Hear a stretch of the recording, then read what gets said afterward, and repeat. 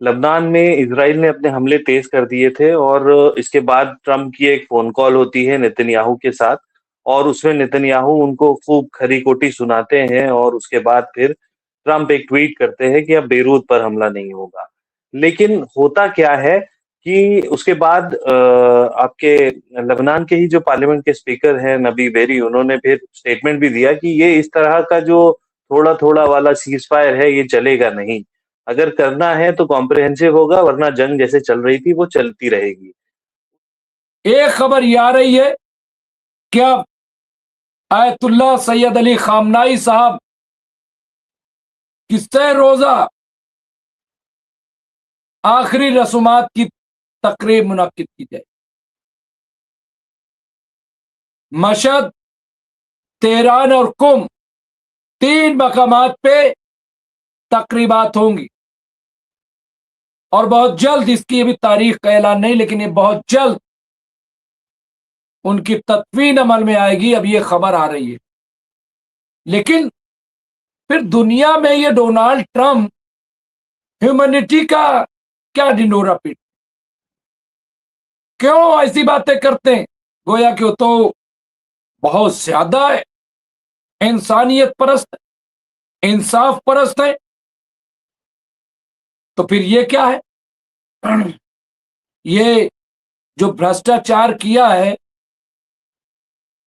एक भ्रष्टाचारी को आपने क्यों बचाया? एक रिश्वतखोर को आपने क्यों बचाया? ये सवाल है। अब कह रहे हैं कि रुलाना चाहता है ईरान। नहीं, ईरान कह रहा है हमें हमारा हक दो, हमारे जो पैसे को मुंजमद कर रखा है, सीज कर रखा है, उसको छोड़ दो। ये कह रहे, जो पाबंदियां 47 साल से लगा रखी उन्हें छोड़ दो, हटाओ पाबंदियां। ईरान ये कह रहा, ईरान कह रहा है कि हमारे मुल्क में दखलंदाजी बंद करो। एक जो बहुत इंपॉर्टेंट चीज आई थी लेबनान को लेकर ही आई थी, ईरान की फॉरेन मिनिस्ट्री ने अभी कुछ टाइम पहले ही बयान जारी किया है और उस बयान में कहा है कि लेबनान पर जो हमले हो रहे हैं वो कहीं ना कहीं सीजफायर का वायलेशन है और हम इसका जवाब जरूर देंगे। और इसके साथ साथ यूएस को इसके लिए जिम्मेदार भी कहा गया है। तो ईरान अब लेबनान को लेकर सख्त हो गया है और कुछ दिन पहले हमने आपके ही प्लेटफॉर्म पे भी कहा था कि लेबनान को एज अ प्रेशर पॉइंट इस्तेमाल किया जा रहा है अमेरिका और इजराइल द्वारा।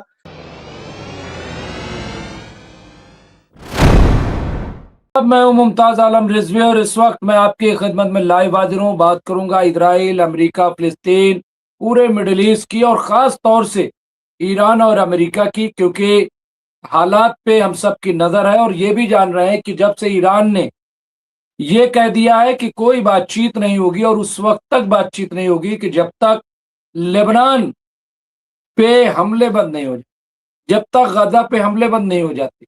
यही नहीं, सिर्फ इतना ही नहीं कहा ईरान ने, बल्कि ईरान ने तो ये तक कह दिया, आईआरजीसी ने, अंसारुल्लाह हौती ने, कि अगर अब लेबनान पे हमला हुआ तो हमारी मिसाइलें भी तैयार हैं, हम किसी को बख्शेंगे नहीं। ये बिल्कुल क्लियर कट कह दिया। उसके बाद से एक हंगामा है, अफरा तफरी का माहौल है। और अगर आम जबान में कहा जाए तो इजराइल हो या अमेरिका, वहां भगदड़ मची हुई है। डोनाल्ड ट्रंप फोन करके नेतन्याहू को कहते तुम एहसान फरामोश, तुम पागल हो, अगर मैं ना होता तो तुम जेल में होते, जेल में सड़ जाते। ये कौन कह रहा है? ये डोनाल्ड ट्रंप कह रहे हैं। किसके लिए कह रहे हैं? ये कह रहे हैं बेंजामिन नेतन्याहू के लिए। कहा कि मेरी वजह से बचे हुए हो, वरना भ्रष्टाचार रिश्वतखोरी के मामले में जेल में होते। इससे तो एक बात साफ हो गई कि अब अच्छा हो या बुरा हो, सच्चा हो या झूठा हो, आतंकवादी हो या कोई और, तय अमेरिका करता। यानी अमेरिका ने बचा लिया एक रिश्वतखोर को, अमेरिका ने बचा लिया एक आतंकवादी को, अमेरिका ने, मैं आतंकवादी सीरिया, अमेरिका ने बचा लिया एक भ्रष्टाचारी को। लेकिन फिर दुनिया में ये डोनाल्ड ट्रंप ह्यूमैनिटी का क्या ढिंढोरा पीट, क्यों ऐसी बातें करते हैं? गोया कि वो तो बहुत ज्यादा है, इंसानियत परस्त है, इंसाफ परस्त है। तो फिर ये क्या है? ये जो भ्रष्टाचार किया है, एक भ्रष्टाचारी को आपने क्यों बचाया? एक रिश्वतखोर को आपने क्यों बचाया? ये सवाल है। यानी जिसको चाहोगे बचा लोगे, जिसको चाहोगे फंसा दोगे। यही तो चीन और रूस ने कहा कि कौन सी दादागिरी, जहां चाहोगे सरकार पलट दोगे। खैर, इन तमाम चीजों पे बाद में बात करेंगे।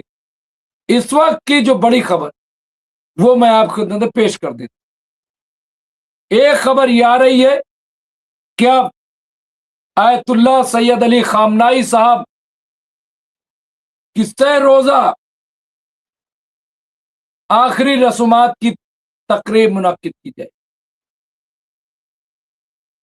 मशहद, तेहरान और कुम, 3 मकामात पे तकरीबात होंगी और बहुत जल्द, इसकी अभी तारीख का ऐलान नहीं, लेकिन ये बहुत जल्द उनकी तदवीन अमल में आएगी। अब ये खबर आ रही है, इससे पहले भी मैंने किया, उसमें तादाद बताई गई, मुझे यकीन नहीं हो रहा, अब हो रहा।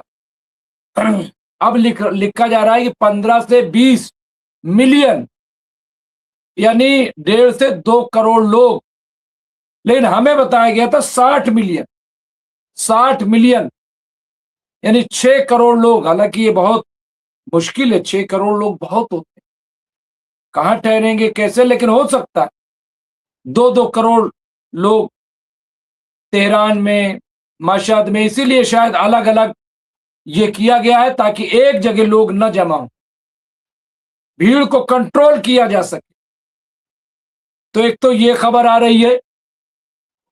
दूसरी, मार्को रूबियो क्या कहे, वो भी बहुत इंपॉर्टेंट है। मार्को रूबियो, आज मेरा गला सही नहीं है इसलिए मैं बहुत ज्यादा खुल के नहीं बोल पा रहा, खुल के इन द सेंस कि गले से, जहनी एतबार से मैं खुल के ही बोल रहा हूं, डर के बात करता ही नहीं।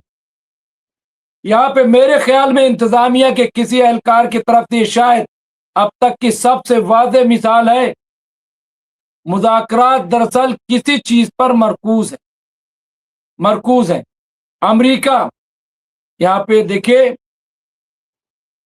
अमेरिका गाजर भी नहीं दे रहा है। उन्होंने इस छड़ी के बारे में बात की कि उन्हें आबनाए हुर्मुज को खोलना है और फिर ईरानियों को इसके अफजूदा यूरेनियम से छुटकारा हासिल करने और मुस्तकबिल में यूरेनियम की हुदूद को खत्म करने का अहद करना हो। यहाँ पे फिर इन्होंने तो पूछा गया, अच्छा इसके बदले उन्हें क्या मिलेगा? क्या आप पाबंदियों में रिलीफ, गैर मुंजमद रकम के बारे में भी बात कर रहे हैं? और रूबियो ने कहा नहीं, ये बातचीत का हिस्सा भी नहीं है। अब आप देखिए, यहां ये न भूलें, ट्रंप ने कहा है कि वो बोल रहे हैं कि उन्हें बात करने की जरूरत नहीं, वो बोल रहे हैं। फिर उन्होंने कहा कि बातचीत की रफ्तार तेज हो रही, लिहाजा इंतजामिया की तरफ से ये वाकई गड़बड़ पैगाम दिया गया है कि बातचीत के साथ वाकई क्या हो रहा है। लेकिन सेनेट की इस समाअत की वजह से अब हम जानते हैं कि अमेरिका ईरान से क्या पूछ रहा है, अमेरिका ईरान से क्या पूछ रहा है। तो यहाँ पे देखिए, ईरान ने तो मना ही कर दिया कि भाई हम बातचीत करेंगे ही नहीं। अब ये तमाम जो बातें की जा रही हैं इसके कोई मानी मतलब नहीं है, कोई मानी मतलब नहीं है, मैं आपको बता रहा हूं। लेकिन अब फिर ये एक नया शोशा गालिबन नया सोचा छोड़ने की। अब आप देखिए यहाँ पे जो मैंने बताया कि किस तरीके से ये बोल रहे हैं और क्या बोल रहे हैं। एक और खबर की तरफ आगे बढ़ते, तेहरान ने दी आंसुओं के दरवाजे को ब्लॉक करने की धमकी। दुनिया को कैसे रुला सकता है ईरान? हालांकि ईरान दुनिया को रुला नहीं रहा है। अगर देखा जाए तो ईरान खुद गमजदा है, क्योंकि ईरान के सुप्रीम लीडर मारे गए, बड़े बड़े साइंसदान मारे गए, उनके सामने क्राइसिस है। लेकिन सब्र और इस्तकामत, ये ईरान की पहचान है।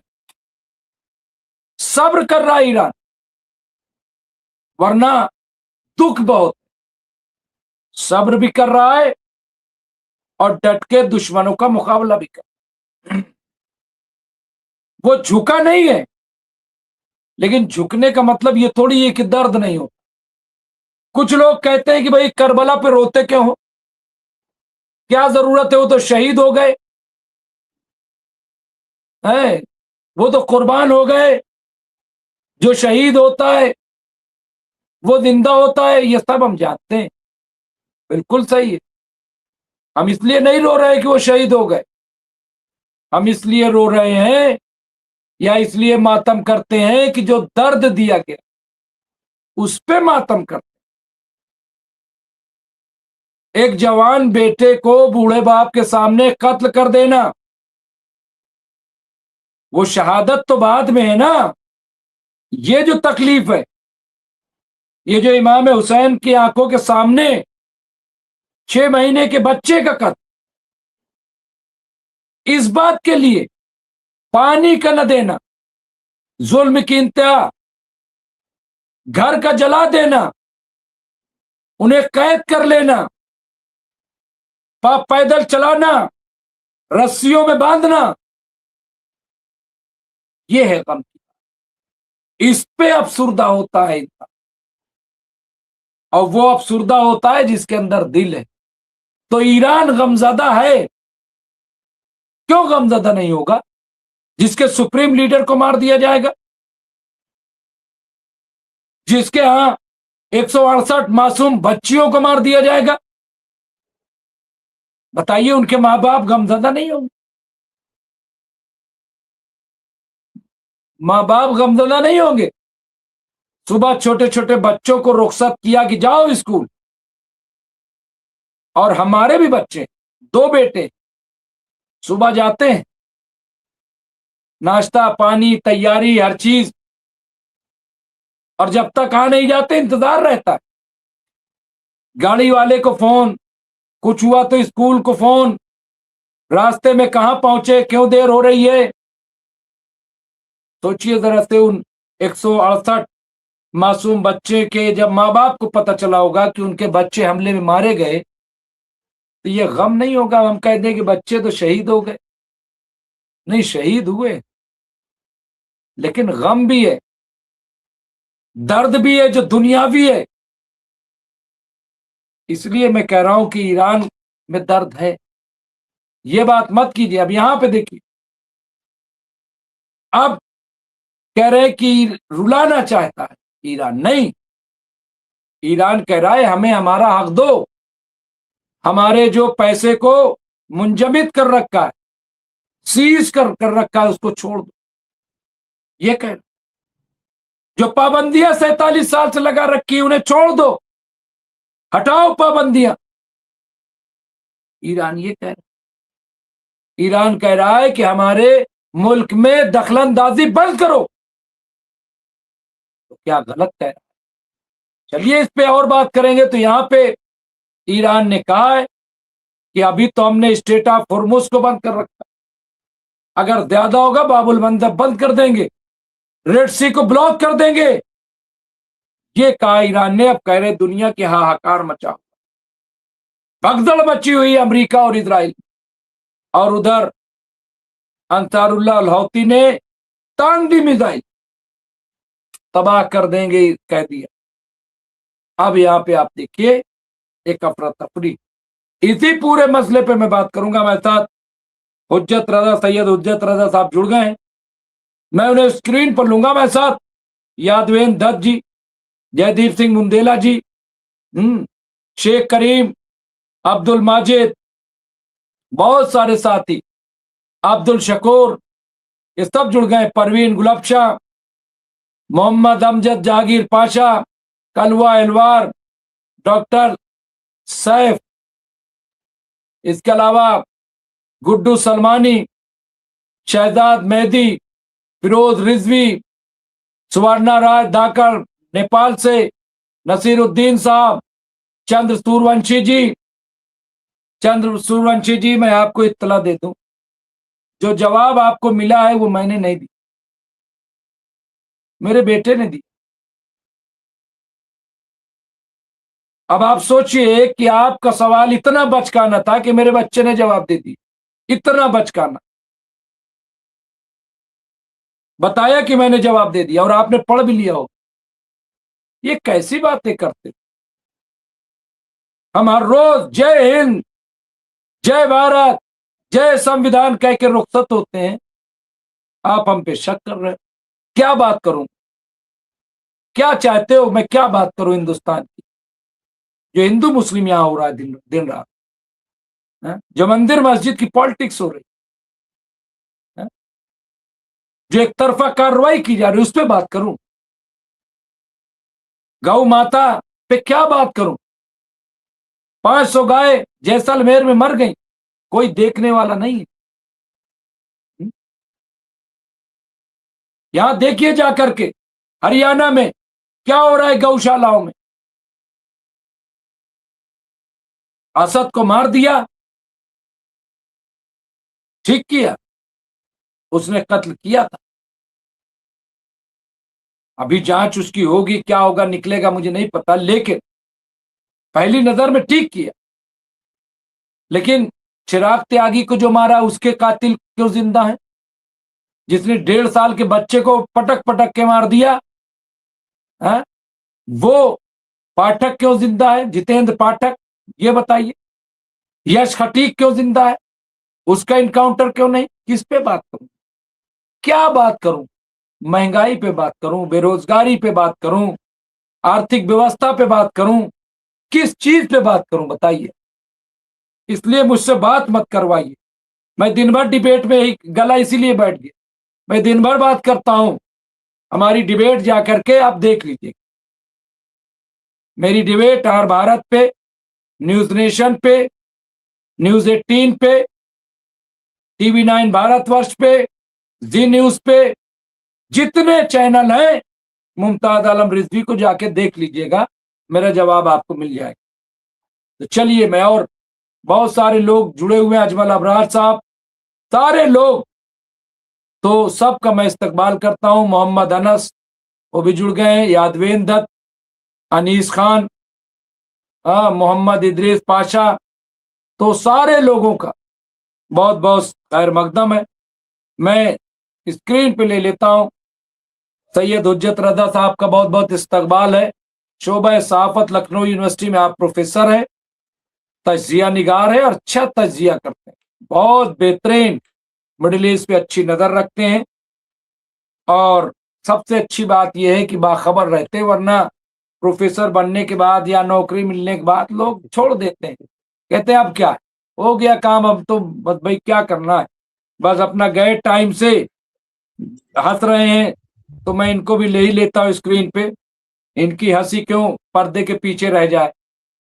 तो लोग प्रोफेसर बन जाते हैं। फिरोज बख्श साहब, आप तो माशाल्लाह सब जानते हैं, चांसलर रहे हैं, तो सोचते हैं अब क्या नौकरी मिल गई, अब क्या जरूरत है, अब लिखना पढ़ना, कुछ बोलना, कुछ सोचना, इस सब की क्या जरूरत? नहीं, मैं मजे की आपको बात बताता हूँ। ये तो खैर प्रोफेसर हैं, हाईली क्वालिफाइड हैं हमारे हुज्जत साहब, और नाम इनका हुज्जत जरूरत है, मगर आज तक इन्होंने कभी हुज्जत नहीं की, ना आपसे ना किसी और से। मैं कह रहा हूँ कि प्रोफेसर जो हैं बिलाशुबा बहुत काबिल हजरात और ख्वातीन होते हैं। अक्सर मेरे साथ ये हो जाता है कि मुझे जब किसी मीटिंग के अंदर या कहीं तकरीर करनी होती है तो प्रोफेसर कह देते हैं या डॉक्टर कह देते हैं, मुझे कहना पड़ता है बिलवास्ता कह रहे भाई, ना तो मैं डॉक्टर हूँ ना मैं प्रोफेसर हूँ। आप डॉक्टर भी हैं और आप प्रोफेसर भी हैं, और मैं किसी दिन एमएमसी न्यूज इंडिया की तरफ से आपको ये डिग्री अवार्ड करूंगा कि आप डॉक्टर भी हैं और आप प्रोफेसर भी। जहां तक हुज्जत की बात है, देखिए आप हुज्जत तकरार उसकी बात कर रहे हैं, लेकिन ये रोज हुज्जत करते हैं, ये रोज हुज्जत करते हैं। हुज्जत ईरान है ये, हुज्जत मिडिल ईस्ट है ये। जैसे हम लिखते हैं ना हुज्जतुल इस्लाम, यानी इस्लाम का जानकार, उस पर दस्तखत रखने वाला, तो ये हुज्जत मिडिल ईस्ट है, हुज्जत मशरिक उस्ता है, हुज्जत ईरान है। तो खैर, अब मैं दूसरी जो शख्सियत है फिरोज बख्त अहमद साहब की, वो मौलाना आजाद उर्दू यूनिवर्सिटी के चांसलर रहे हैं और सीनियर पॉलिटिकल एनालिस्ट हैं, सीनियर जर्नलिस्ट हैं, कॉलम निगार हैं और मिडिल ईस्ट पे बड़ी गहरी नजर रखते हैं। सबसे पहले यहाँ पे जयदीप साहब ने कुछ लिखा है, मुमताज भाई, हम सभी साथियों का समय कीमती होता है, इसलिए इन एंटी सोशल एलिमेंट पर समय बर्बाद न करिएगा। बहुत बहुत शुक्रिया, बिल्कुल सही कह रहे हैं, लेकिन कभी कभी अंदर से दिल दुख जाता है जब कोई ऐसी बातें करता है। सबसे पहले मैं हुज्जत साहब आपके पास आता हूं, क्या कहेंगे जो हालात है, क्या अपडेट है हुज्जत रजा साहब? जी बहुत शुक्रिया मुमताज साहब, आपने इतने सारे टाइटल आज दे डाले, वो भी फिरोज साहब के सामने। तो देखिए, जहाँ तक अभी अपडेट का सवाल है, तो अपडेट्स बहुत सारे हैं। नेगोशिएशन का तो ट्रंप लगातार ट्वीट कर रहे हैं और रोज उनका स्टेटमेंट बदल रहा है, लेकिन अभी जो नए डेवलपमेंट्स हुए हैं, जैसे लेबनान को लेकर अभी बहुत ज्यादा डेवलपमेंट, अभी न्यूज भी बहुत ज्यादा उसकी आ रही है। लेबनान में इजराइल ने अपने हमले तेज कर दिए थे और इसके बाद ट्रंप की एक फोन कॉल होती है नेतन्याहू के साथ, और उसमें नेतन्याहू उनको खूब खरी खोटी सुनाते हैं और उसके बाद फिर ट्रंप एक ट्वीट करते हैं कि अब बेरूत पर हमला नहीं होगा। लेकिन होता क्या है कि उसके बाद आपके लेबनान के ही जो पार्लियामेंट के स्पीकर हैं नबी बेरी, उन्होंने फिर स्टेटमेंट भी दिया कि ये इस तरह का जो थोड़ा थोड़ा वाला सीज फायर है ये चलेगा नहीं, अगर करना है तो कॉम्प्रिहेंसिव होगा, वरना जंग जैसे चल रही थी वो चलती रहेगी। उसके बाद अभी हिजबुल्लाह का स्टेटमेंट आया है कि अगर अब बेरूत पर हमला होता है तो फिर हम इजराइल के अंदरूनी इलाकों तक मार करने की क्षमता रखते हैं और हम मारेंगे। इस बार जो सीज फायर 2 बार हो गया है अब तो लेबनान में, इस बार जो सीज फायर हुआ है इसको लेकर हिजबुल्लाह बहुत ज्यादा सीरियस है और हर वायलेशन का जवाब वो मजबूती से दे रहा है। आप अगर देखें तो तकरीबन 10 से 15 के बीच में ऑपरेशंस वो डेली कर रहा है। उसके अलावा ड्रोन से जो मार रहा है वो एक अलग है, ड्रोन तो एक अलग सरदर्द बन गया है इजराइल के लिए। दूसरी तरफ जो एक अपडेट है वो ये कि नेटो को फिर से बुलाने की कोशिश कर रहे हैं डोनाल्ड ट्रंप।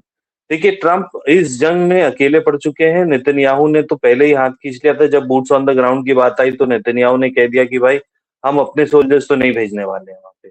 तो अब उनके पास और कोई रास्ता बचा नहीं है कि हम नेटो को बुला लें। हालांकि नेटो पहले से ही यूक्रेन में फंसा हुआ है और अब यहाँ आकर ट्रंप के चक्कर में फिर से नहीं फंसना चाहता है, और इसके बावजूद ट्रंप जो है वो हल्के छोटे छोटे बयान देकर नेटो को फिर से फंसा के स्ट्रेट ऑफ हॉर्मूज खुलवाने के लिए लाना चाहते हैं। हालांकि वो होता हुआ नहीं दिख रहा है, क्योंकि यूरोपियन कंट्रीज अब इसमें बिल्कुल भी इंटरेस्टेड नहीं है। एक जो बहुत इंपॉर्टेंट चीज आई थी लेबनान को लेकर ही आई थी, ईरान की फॉरेन मिनिस्ट्री ने अभी कुछ टाइम पहले ही बयान जारी किया है और उस बयान में कहा है कि लेबनान पर जो हमले हो रहे हैं वो कहीं ना कहीं सीजफायर का वायलेशन है और हम इसका जवाब जरूर देंगे। और इसके साथ साथ यूएस को इसके लिए जिम्मेदार भी कहा गया है। तो ईरान अब लेबनान को लेकर सख्त हो गया है, और कुछ दिन पहले हमने आपके ही प्लेटफॉर्म पे भी कहा था कि लेबनान को एज अ प्रेशर पॉइंट इस्तेमाल किया जा रहा है अमेरिका और इजराइल द्वारा, कि भारी हमले करो, ईरान हड़बड़ाहट में हमारे साथ कोई ना कोई डील कर लेगा। लेकिन हिजबुल्लाह जिस तरह से डटा हुआ है, लोग जिस तरह वहां पे, मतलब ऐसे जज्बे वाले लोग तो कभी मिलते ही नहीं है। तो जिस तरह से वहां के लोग हिजबुल्लाह और हद तक कि ईरान तक उस मामले में लगा हुआ है। ऐसा लग नहीं रहा है कि प्रेशर में आके ईरान किसी तरह की डील अमेरिका या इजराइल के साथ करने वाला है। तो चीजें इनके हाथ से बहुत निकली हुई हैं, अमेरिका के हाथ से, और कार्ड अभी भी सारे ईरान के पास हैं। जहां तक जंग की इंटरनल हालात जो यूएस के हैं उनकी बात है, तो महंगाई वहां पर बढ़ रही है। इस जंग की मार यूएस बहुत बुरी तरह से झेल रहा है, क्योंकि उनका मीडिया ज्यादातर कंट्रोल्ड है गवर्नमेंट के द्वारा, या फिर उन लोगों के, वो लोग वहां बैठे हैं जो सरकारी जबान बोलते हैं, जैसे आप हमारे यहाँ भी देखते हैं। तो इसमें अभी हाल ही में रूबियो को बुलाया गया, मार्को रूबियो को बुलाया गया यूएस कांग्रेस में, और इनसे सवाल जवाब किए जा रहे थे, जिसका एक हिस्सा आपने अभी अपने स्टार्टिंग उसमें बताया था। उसमें एक चीज और हुई, जब रूबियो से पूछा गया कि जंग कहाँ तक पहुंची है, तो रूबियो ने कहा कि जंग तो खत्म हो चुकी है।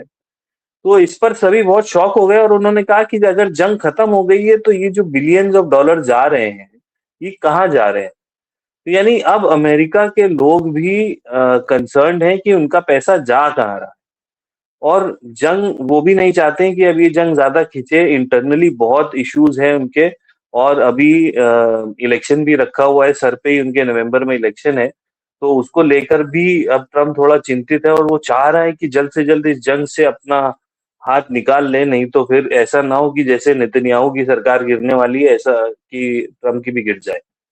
तो सिचुएशन बहुत ही फंसी हुई है, लोगों के हालात खराब हैं, और स्ट्रेट ऑफ हॉर्मुज अभी भी ईरान के कंट्रोल में है जैसे पहले था। अब देखना ये है कि आगे अमेरिका कौन सी नई रणनीति लाता है, क्योंकि रोज तो वो नए प्रपोजल ले आता है। अभी एक बीच में खबर आई थी कि ईरान ने भी जो है सारे मीडिएशन रोकने का फैसला किया है, लेकिन अभी उसका कंफर्मेशन नहीं मिला था। तो एक ये भी एक मुसीबत अमेरिका के लिए बन रही है कि अगर नेगोशिएशन ही बंद हो गए तो फिर हम चलाएंगे क्या? और जंग की तैयारी की बात अगर करें तो ईरान बहुत तैयार बैठा है। जैसे अमेरिका बार बार धमकी दे रहा है, ईरान ने अपनी तैयारी पूरी कर ली है। गालिबाफ का भी स्टेटमेंट आया था कि जितने दिन से ये सीजफायर शुरू हुआ है, हम अपनी तैयारी, प्रोडक्शन सब कर रहे थे। तो ईरान तैयार है, अगर जंग होती है उसके लिए भी, नेगोशिएशन होती है उसके लिए भी। जी मुमताज।